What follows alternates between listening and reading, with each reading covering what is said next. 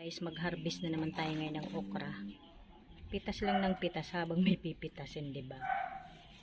Ang bilis. Mayroon ka agad. Oh, ito pa. Huwag na muna yan. Ito pa isa. Oh, ayan oh. Ay, ano mga Ate Linda?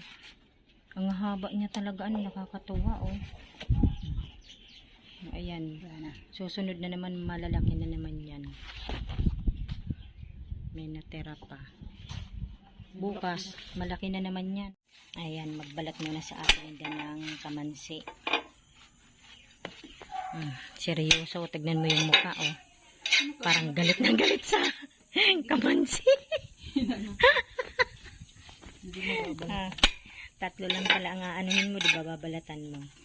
Kasi haluan naman ng malunggay. Batang bata. Patingin.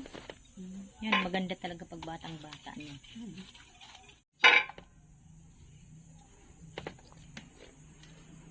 Ay, nakaisa ka palang Ate Linda.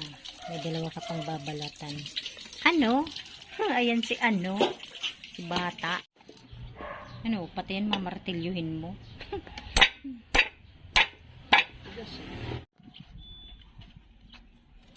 Ayan guys, oh. 3 piraso na naman ang aming napitas ngayon. Tama ba napitas? Ngayong araw na to. Ano, bulilit? Tapos mamaya yung malunggay naman ano natin himayin. Lang din pala ano ang 3. Pero okay lang yan kasi may ano pa. May malunggay. Pasok mo muna to, Bea. Tinatamad na naman si Crisel, oh. Tapos ka na yan, di ba Ate Linda? Yung malunggay naman na. Maghihimay kami ni Crisel, guys. Tinatamad na to maghihimay, eh. Oh. Ha? Oh, dali na, dali na. Yung buhok mo, nagkanda gusot na. Nakasalamin si Lola Crisel. Ayan guys, so, magluluto na sa Ate Linda ng ginataang kamansi saka malunggay. Nilagay na rin yung bawang saka paminta, sibuyas, asin. Ano yung magic sarap Ate Linda para isahan. Ayan, pati yung paminta. Haluin mo muna Ate Linda.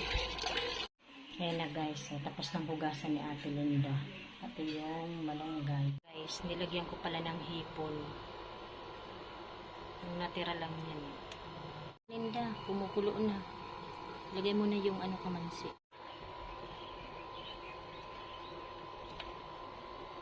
Lagay na natin ang ating kamansi. Haluin mo na. Itakpan mo muna. Lagay mo na yung ano.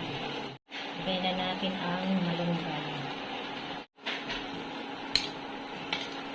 Lagay na natin yung pinakaunang gata yan guys. Nilagay namin. Kasi yung kanina pangalawa yun. Ayan guys, hanggang dito na lamang. Maraming salamat po sa inyong lahat sa panonood sa aming channel. God bless everyone. Bye.